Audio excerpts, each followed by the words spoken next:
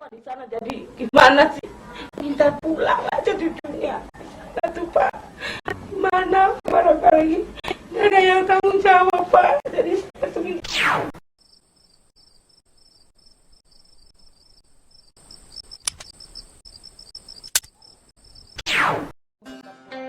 Watia tidak kuasa membendung air matanya setiap kali diminta menceritakan keadaan putri kesayangannya. Siti Jumaria, wanita berusia 52 tahun itu langsung terisak-isak saat teringat anaknya yang 4 tahun lebih belum pulang ke kampung halamannya. Apalagi kondisi perekonomian Watia sangat memprihatinkan. Rumahnya yang sangat sederhana berada di gang kecil RT 5 RW 2 Desa Terusan, Kecamatan Sindang, Indramayu.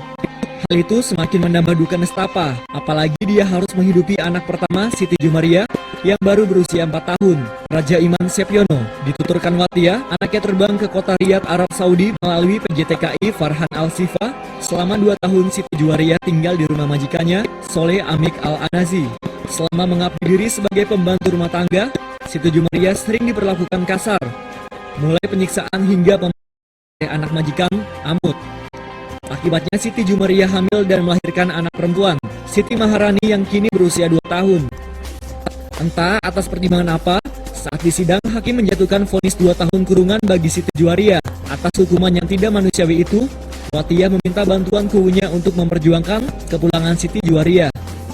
nggak tanggung jawab, jadi malah saya dipak deh. Nggak berapa di sana jadi gimana sih? Minta pulang aja di dunia. Satu Pak, gimana barangkali nggak ada yang tanggung jawab Pak. Jadi seperti tanggung jawaban dari sananya. Dihubungi di kantornya, Kubu Desa Terusan Karyono membenarkan adanya pengaduan Watia terkait persoalan yang menimpa Siti Juwaria. Sebagai kepala desa, Karyono siap membela dan membantu Siti Juwaria.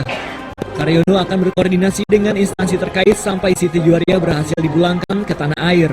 Kita dari pemerintah desa insya Allah akan mengajukan ke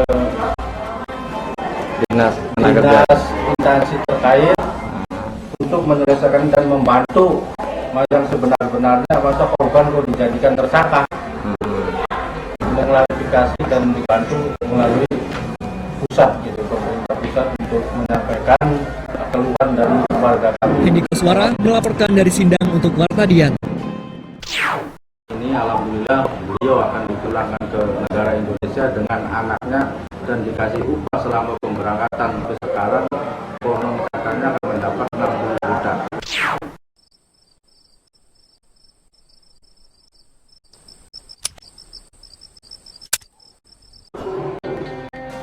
Melalui perjuangan panjang Kubu Desa Terusan Kecamatan Sindang Indramayu Karyono akhirnya mendapatkan kepastian.